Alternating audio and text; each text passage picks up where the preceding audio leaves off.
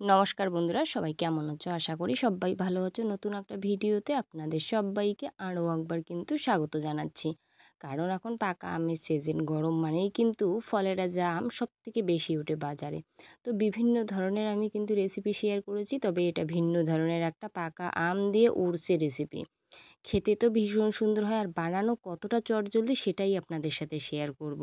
একদম হেলদি একটা খাবার, বাচ্চা থেকে বয়স্ক সবাই কিন্তু অনায়াসে খেতে পারবে। দেখতেও কিন্তু দারুণ সুন্দর, আর খেতেও কিন্তু একেবারেই নরম তুলতুলে। তো চলো রেসিপিটা দেখতে থাকো, আশা করি আপনাদের ভালো লাগবে। তো বানানোর জন্য ফার্স্টে লাগবে পাকা আম। এরকম পাকা আম একটা যদি যদি কম মানে আপনারা তৈরি করেন, তাহলে একটা আমি কিন্তু যথেষ্ট। এরপর কিন্তু আমটার খোসাটা খুব ভালো করে ছাড়িয়ে নেব।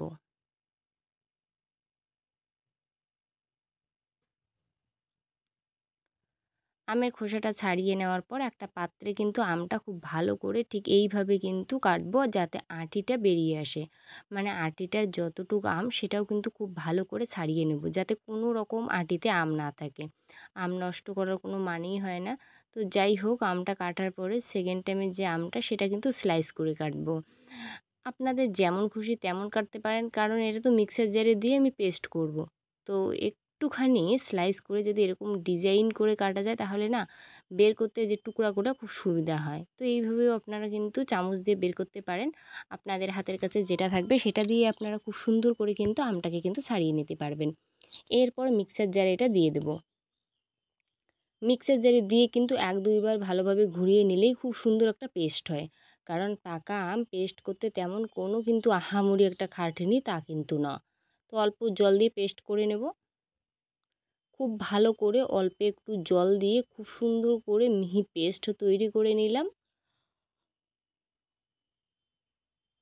এরপর একটা পাত্রে এটা নিয়ে নেব। নেওয়ার পর গ্যাসের ওভেনে একটা ফ্রাই প্যান বসিয়ে দিলাম। খুব ভালো করে কিন্তু ফ্রাই প্যানটাকে গরম করে নেব। এরপর দিয়ে দেব ওটস। তো এইখানটায় ২ মুঠি কিন্তু ওটস দিয়ে দেব। ২ মুঠি করলেই কিন্তু এনাফ, ১ বাটি হবে।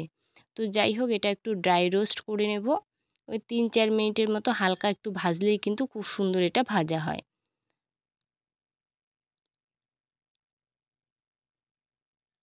খুব ভালো করে কিন্তু এটা ঠিক এইভাবে কিন্তু একটু ড্রাই রোস্ট করার পর ঠান্ডা করে মিক্সার জারে দিয়ে দেব। মিক্সার জারে এটা কিন্তু দেওয়ার পরে এটা খুব ভালো করে ঘুরিয়ে নিয়ে একটা পাউডার তৈরি করব। ওটসের খুব সুন্দরভাবে যখন পাউডারটা তৈরি হবে, তখন কিন্তু অন্য প্রসেসে যাওয়া লাগবে। তো তার জন্য আগে কিন্তু মিক্সার জারে দিয়ে খুব ভালো করে এটা গুঁড়িয়ে নেব।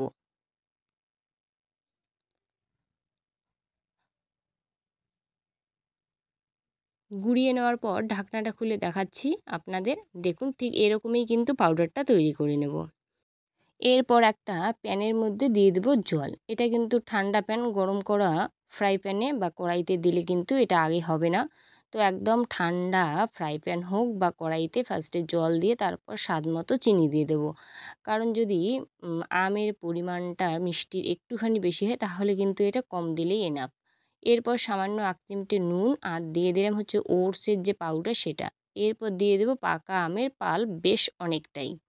তাহলে খেতেও ভালো হবে আর দেখতেও কিন্তু ভীষণ সুন্দর হবে। এরপর দিয়ে দেব কর্নফ্লাওয়ার। কর্নফ্লাওয়ার দেওয়ার পরে এটা কিন্তু খুব ভালো করে ঘুরিয়ে ঘুরিয়ে মিশিয়ে নেব, যাতে এটা খুব সুন্দর মেশানো হয়। আপনারা দেখুন আমটাকে মিক্সার জারে ২-৩ বার ঘুরিয়ে নেওয়ার পরেও কিন্তু আমটা একটুখানি একটা টুকরা গোটাই আছে। তো ওটা ভালো করে একটু মিশিয়ে নিলাম। তো নেওয়ার পরে এরপর গ্যাসের ওভেনে বসিয়ে এটা অনবরত নাড়িয়ে চাড়িয়ে নিতে লাগবে। এই টাইমে কিন্তু কখনোই নাড়াচাড়া বন্ধ করা যাবে না। আর ১-২ টুকরা যে আমের একটু ছোট টুকরা আছে, সেটা খুন্তি দিয়ে ভালোভাবে একটু নাড়িয়ে নিলে খুব সুন্দর মিশবে। তবে লাস্টে যদি মুখে পড়ে খেতেও ভীষণ সুন্দর হবে আমের টুকরোগুলো। তো যাই হোক, খুব ভালো করে অনবরত নাড়িয়ে চাড়িয়ে একটা ঘন কিন্তু এটা তৈরি করা লাগবে। আর এই কাজটা একটু হালকা আঁচে সময় নিয়ে করলে কিন্তু ভীষণ সুন্দর হবে। আর এটা কিন্তু অনবরত নাড়াচাড়া করা লাগবে, নইলে কিন্তু তলায় লাগতে পারে, আর সেটা কিন্তু খেতে ভালো লাগবে না। আর যখন ঠিক এরকম একটা ঘনত্বের আসবে, আপনারা দেখে হয়তো বুঝতেই পারছেন যে ঘনত্বটা কেমন। ঠিক ওরকম ঘনত্ব হলে নামিয়ে নেওয়া লাগবে। এরপর আমি তো নামিয়ে নিলাম। এরপর যেই বাটিতে বসাবো সেই বাটির মধ্যে দিয়ে দিলাম ঘি। ঘিটা চারদিকে একটু ছড়িয়ে দিলাম। দেওয়ার পরে ওটসের যে মিশ্রণটা সেটা বাটির মধ্যে কিন্তু নিয়ে নেব।